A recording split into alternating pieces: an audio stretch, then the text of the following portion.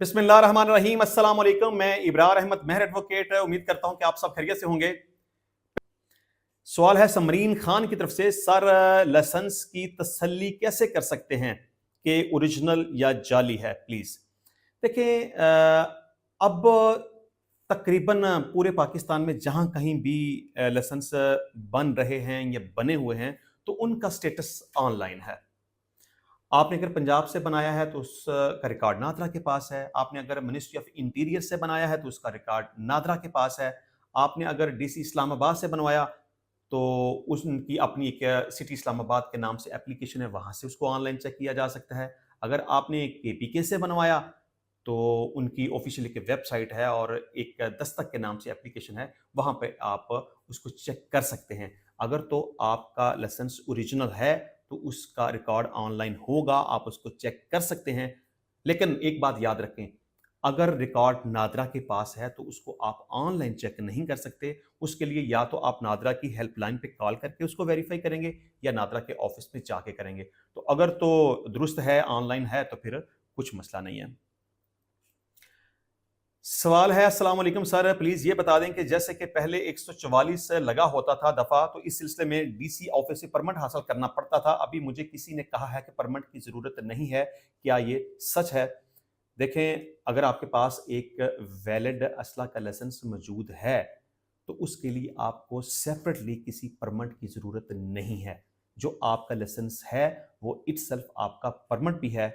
आप उस लाइसेंस को अपने पास रखकर विद कंसील्ड मैनर अपने वेपन को कैरी कर सकते हैं। सवाल है एसईओ डॉक्टर की तरफ से, अगर सामान जहेज लड़के ने खुद खरीदा हो और लड़की मां के घर जाकर खुला फाइल कर दे, तब लड़का क्लेम कर सकता है जहेज के पैसे? देखें, आप कैसे क्लेम कर सकते हैं? जहेज अगर आपने खरीदा, आपने पैसे लगाए, तो जहेज इस वक्त कहां पे है? वो तो आपके पास है। तो जब आपके घर में आपके पास पड़ा हुआ है तो आप उसका क्लेम कैसे कर सकते हैं? हाँ, ये एक अलग बात है कि अगर आपकी बीवी आपके खिलाफ समान जहेज की वापसी का दावा दायर करे तो वहां पे आप इस बात को साबित कर सकते हैं कि देखिए जी, मेरे पास रिकॉर्ड मौजूद है, मेरे पास रसीदात मौजूद हैं, मैंने खुद शादी के बाद फलां फलां फलां जगह से ये सामान जहेज खरीदा था। तो अब इस सूरत हाल में अगर आपकी बीवी दावा करे तो आप डिफेंस में उसको साबित कर सकते हैं कि ये आपकी बीवी ने या आपके ससुराल वालों ने नहीं खरीदा, ये आपने खरीदा था, तो उसका दावा खारिज हो जाएगा। लेकिन जबकि सामान आपके पास पड़ा हुआ है तो आप उसका क्लेम नहीं कर सकते, मतलब कि उसके पैसे अपने ससुराल वालों से नहीं ले सकते। गुल हसन का सवाल है, वकील साहब ये बताएं कि क्या ऐसा कोई तरीका है कि एक शख्स अपनी बीवी या बेटियों के नाम जायदाद इस तरह हिब्बा करे या कि उनके नाम कर दे कि उस शख्स की जिंदगी में उस जायदाद का इख्तियार मर्द के पास रहे, लेकिन मरने के बाद उसकी बेटियों का बीवी को ट्रांसफर हो जाए, यानी कि बीवी और बेटी को उसके मरने के बाद ट्रांसफर हो जाए? ठीक है, बिल्कुल इसका तरीका है। इसके दो तरीके हैं। एक तरीका तो ये है कि आप वसीयत कर सकते हैं अपनी ज़िंदगी में, लेकिन आपने ये बात याद रखनी है कि वसीयत सिर्फ 1/3 की हद तक की जा सकती है, इससे ज़्यादा वसीयत नहीं की जा सकती। दूसरी है कंडीशनल हिब्बा, यानी कि आप एक डीड तैयार करें, एक एग्रीमेंट लिख लें और उसमें जो भी सूरत हाल है, जो भी प्रॉपर्टी आप दूसरे बंदे के नाम पे गिफ्ट करना चाहते हैं, हिब्बा करना चाहते हैं, उसकी आप तफसील लिख लें।